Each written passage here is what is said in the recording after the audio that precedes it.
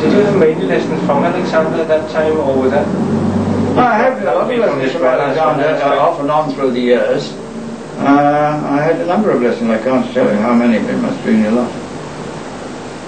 I used to, after the initial lessons that I had in 1920, I always used to go and see him for a lesson or two on my way to and from school, that sort of thing. And you had some of your lessons, I expect, from his brother? And I had some of my lessons from his brother too, yes. He was very good. Was he? Yes, very good. I also had lessons from other people. His, I don't know, his secretary and his assistant. When I say lessons, she used to give me lying down lessons.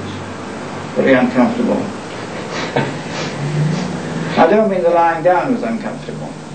The way she was putting you off. Yeah, yes. That's right. And the length of time you were lying there, were you supposed to lie there a long time as well? Oh no, it wasn't so much as that, but it was rather a displeasing experience. When you recommend people to lie on the floor, which I expect you do sometimes... Oh yes, I do indeed. How long do you recommend them to lie there? Oh, it doesn't matter very much. 10 minutes or so, 10 minutes, quarter of an hour, or half an hour after that. They can even, having started lying down and flat goes out, lengthening, etc., they can go to sleep if they like. As we were talking about yesterday, there's a number of training courses shooting up here and there. Oh yes. Do you have any advice you could give people who are considering starting a training course? Like don't? Or something? Well, it depends on who is trying to start the training course. I have no objection to people who know the score and know what they're doing in starting training courses, but I've seen too many training courses of people who don't know what the score is. Do you think you have any special things you could suggest to people that may be well qualified for running a training course but could avoid mistakes simply by advice? No, I don't think so, no.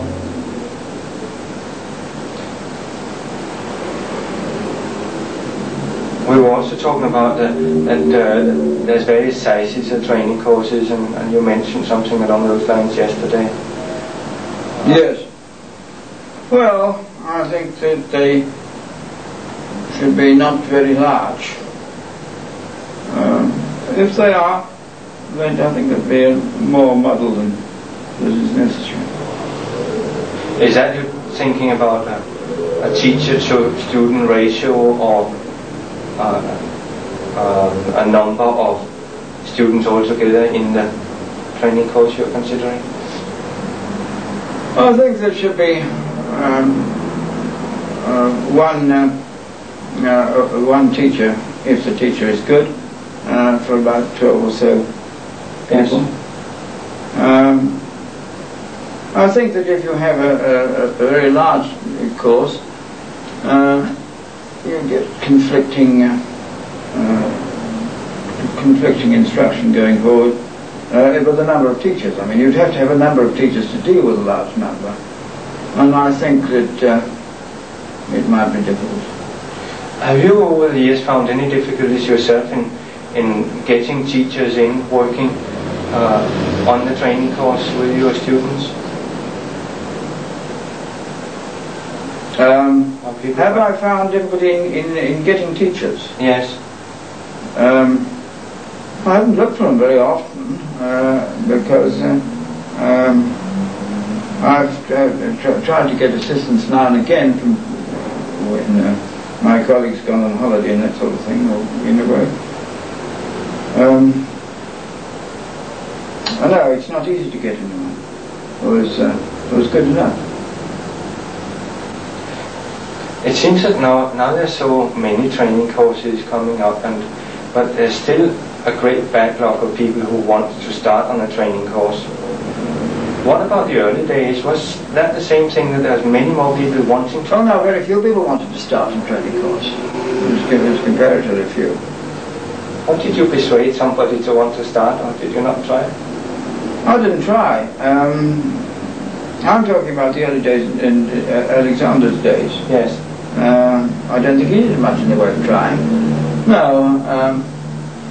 A lot of people were interested in it. There should be a training course. My father was one of the people. And Alexander decided to start one. I think largely for financial reasons. Mm-hmm. And it grew from there. Yes. The training course began, the first training course, or rather the training course that came out of the first training course, that became very popular until it became very popular immediately after the war. A lot of people started to train there, and it grew from there, I think. Is there any particular reason why it should blossom at that time? I don't know. When you run a training course and you teach students to become teachers of this technique, they would have to go through different things from an ordinary pupil, wouldn't they? Like they would have to learn on a pupil, to teach a pupil. Yes. What sort of things do you consider that a training course ought to take a student, future teacher through that might be different from an ordinary pupil having lessons? Well, he's got to learn to use himself use himself properly, or reasonably properly, much more consistently than the ordinary person, and he's got to do that so it's more or less habitual to use himself properly, and then he's got to learn to use his hands to teach other people, and that's another thing. So the use of the hands it doesn't come automatically.